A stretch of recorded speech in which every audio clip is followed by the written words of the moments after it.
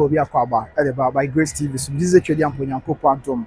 Obia, there is a very sad news. I see why your mind Ghana and now no pay not Sabia no Cassin and Pelifoguso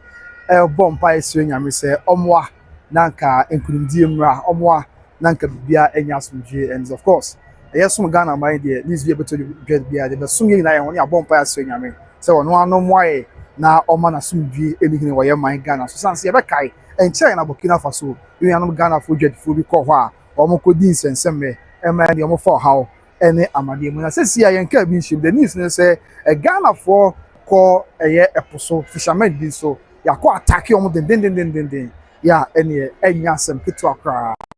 attack Ghana for fisherman be a go through a year and now matching ya the etching the day ebusua emo hope but so now and pay for babonti a say omugusu tu anamo say be ya one year omusu say omo ya nyambrasment say no ometi do omu na babonti na Ghana mra any edi but then the sad news they say Ghana for fishermen be yeah omoko epuso e dance de bia yeah papa nom yeah wafanom any ade omo ye no and then so normally as usual omo ye say omoko puso ama nipa bi yeah yenim o my chrome free so nipa bi yeah yenim baby omo free no sadly omo akoto ahye fishermen so amasabre omo jeje omo nyoma any omo bebre and as to baby I see omo wakra no afi na mpanyifo 81 amon se be ya ye behu omo and asem so say omo koye sa no say omo ye Ghana for and as omo ye Ghana for no as it stands now there isn't any evidence to support the claims say bia kofon kom koye sa op no so no omo ko attack ye Ghanaian fishermen any omo aka no I mean omo identity and as omo ya omo face no as it stands now obi ani ye ni baby omo free but din na ko see and now machin ewo Krobia friend says Sinya Breku. Yes, I could see now machi. Ewo Krobia friend said Sinya Breku. Sinya Breku here was there. I would to Sinya West District. I said I would to Sinya West Mensinum ewo a central region fin mountain mo and I also me see. Yeah, ni na say e papa no mo sorry e couple so don we na no. So we could do juma. And abro mo na kwan so a wo so wo sha se be di juma no a. Wo mo nka bi nshem. Nipa bi free. I mean, people out of nowhere able to share also. EJJ omo ni oma say. I mean, and fidi omo di adwuma de omo agite do na a robbery omo ama say. Omo do wan fa yaw bebre mu na officially Ghana Armed Forces ababonten abekasa dia fa. But the news is say am no ka say. Enam sara wo sem asinti Ghana Armed Forces a release men and I say omo te empemabo fo mpanyifo gu monten so omo mwa na yen hwe Ghana for this year baby omo and I feel cross no omo yes ano ye betumi anka ehu omo na yen fa omo na Ghana mra any omo eni said ya isiete so it's a very sad story pa and I see another year sabi am no ka say ye ba be di mu nkomo nti am be no ko buja say and now we are na Ghana for yeah omo ekọ fa so ekọ fan toast ni ade omo ko share how ni amane ti say na ye no kwa ye nya ni mu oro won wie ye gu so atim so esu ho not just like that ye nka bi nshem na we nso wa be sia then maybe our state authorities near my own 24. I was almost sorry. Now intelligence, how do be? I was somebody go criminal. Almost from what crime said the bear. I'm say any how to say no. A be ACBM and so on. Yes, as some is here. I was a yes, senior Breku. Yeah, I would to senior West. I was 15 months and I also see and now much ya and now much ya. Papa, I'm sorry. So almost call a person who could do with you, and I named the buyer. Or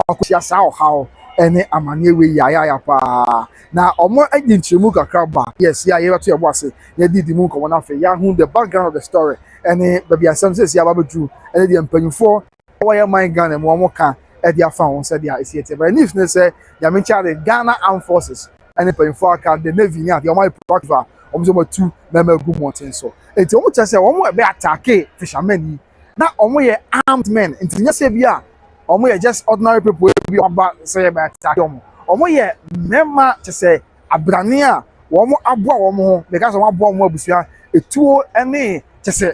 armed akode enyina wo omo eti ye papa no me Ghanaian fishermen ya na omo wosinya break omo poso we now there was no way no betimi etuo na mo bi afa ho because these guys here bound see omo ye very armed ya to say basekra ye nko ana ye nkum ntwa na ombetimi bomb by different. So our people had no option than to succumb to omo said their ACT. Dibe omo ko to share omo so option no. And na omo se chinchinia ye the two ahwe e papa no fisherman yi so. Se chinchina de wo obia ho famra ejeje ne ma bebre. Ene ma na omo ji no the kind and they say omoje outboard motors versus 7 generators and then new man ka fisherman you omodi adwuma on say boa ma omo ebetini go bitimi ko epono so da suom ombe nam so anopa no maba say omo ko omo nya mai say omo nya sa ne ma we na abo omo mo adiduma but all these new man ka omo a na omo diduma no sa nkofo yi sabi agini na but before ko an ansa no be attack omo no omo di kan fire warning shot e the ball omo hu say ba omo ba no e bia nya agudie it is we say omo be dia agra omo fa ho kwanche but obi ba so sa e wo poso na odifo bia ni ba bia na wa shase e ma warning shot e fire na bia na so hu za asem na nya de ketu akra ya na ani ayenyan enso so ho no ma na pa ya e na ro semi esi na se de esitie no esi ade e che no yes na say the suomu ba ho machi ya na ro semi esi ya sabi am no ka say Ghanaian fishermen base 50 there omo cancer say me ama ya je enfofo na jeje omo ajapade ne niam e ka omo a omo di ra kwayem akwa omo di ra sabi fa cham ya dey hunter stories omo di ra eposo akwa di juma no omo gini na e dey fi omo sa e da fei e na Ghana Armed Forces dey kaka no Ghana Armed Forces dey krata ababontin a e na def dey so omo say omo deploy men and as omo deploy men ya omo ko track e omo aye nhwemu aboama Ghana for this year ya omo ho afa omo e do mako di sansen se me we nyina no nyame ya do am ehu omo na afei ntempa yetimi agye omo na omo anko hwe omo krankwa ba hyene so se si am no ka se Ghana for this for eba abont asem ba ko omo sa aka ne se engofo na ye sa no omo identity po ye nya hu se omo firi ha no ba ye sa de no omo firi kro we so omo firi oman we so na ba ye sa de no obi enim no one has an idea where they came from enti the oman is say omo ni aman ahodo ami oman Ghana any omo share borders Cote d'Ivoire Togo and Burkina Faso omo ni sa aman ni na ebu bambo fo mpani fo di komo say na see o Ghana ti ko ba say bia omo borders no so I mean even on their shores and omo mine borders no so omo se nkofo bi o sa na bia omo hwe omo a omo some gunmen a omo ewo in their possession sa animal bobo si bia omo question omo because Ghana ha e don ba be di anyambra se mati say sisi am no ka say there o mine edi areho pa abusia this comes on the back of just a week after say ye nnuanom Ghana fo bi ya omo ekọ Burkina Faso omo ko ton tomatoes omo ko fa tomatoes Burkina Faso omo so ko share omo ko nhye wo no eti no na ama fo bi ebusa say adai e na ekọ so wo ye man mu bone bai e na esie ye ntisesi a oman nsem wa etete ene de ye fam ya nyenyan na akọ ya reho a ye dwen ho a kyese ye ntiase enso ewo ho no na oni fishermen no omo planning ye use route say omo ensheda nkobra ni mu ate ti the so no ase animu shedan te animu aye brigakra no ena omo ko to share omo so sabre na obi any option to escape because on cabin shame ena omo beto asem so ya wo buy no so somebody ka kana busia omo tututuo emma warning shot ni adia omo yes adia no cause one san afei omo started with omo mission which is mission say omo be attack Ghanaian fishermen omo ewo honom said the city and this is what has happened yeah didn't chemu animu amanebo eba asuma mansan said there is etie na only before kwanza na omo ebeshutu omo nyame adom eyewitness bi ohun de koso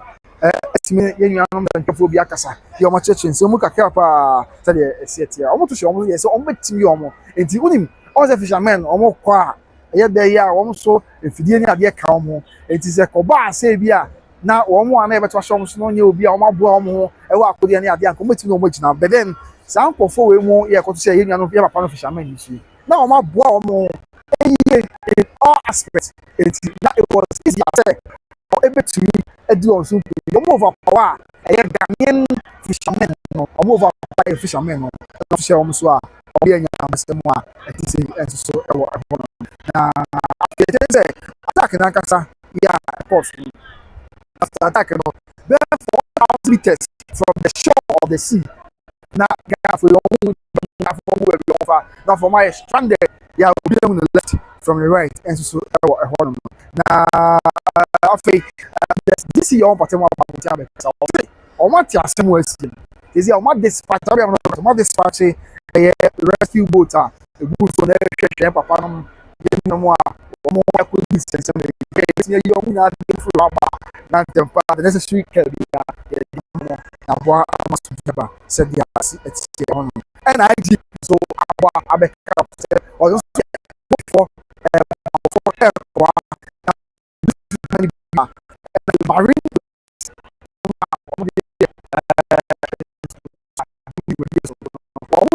so what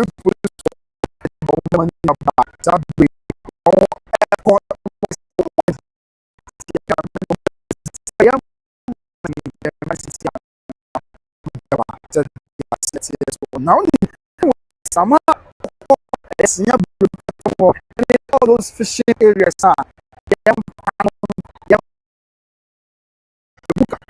abebo one year sam patembo na omuntimi na omo hwe hu kakra bebo omo patembo na omuntimi tinati sorry ba from pay for that room omo add dispatch security pa kom patembo say be omo ka one year wo honom na omo bo omo ban say be your how any amanye bia and so Emma no say one of the issues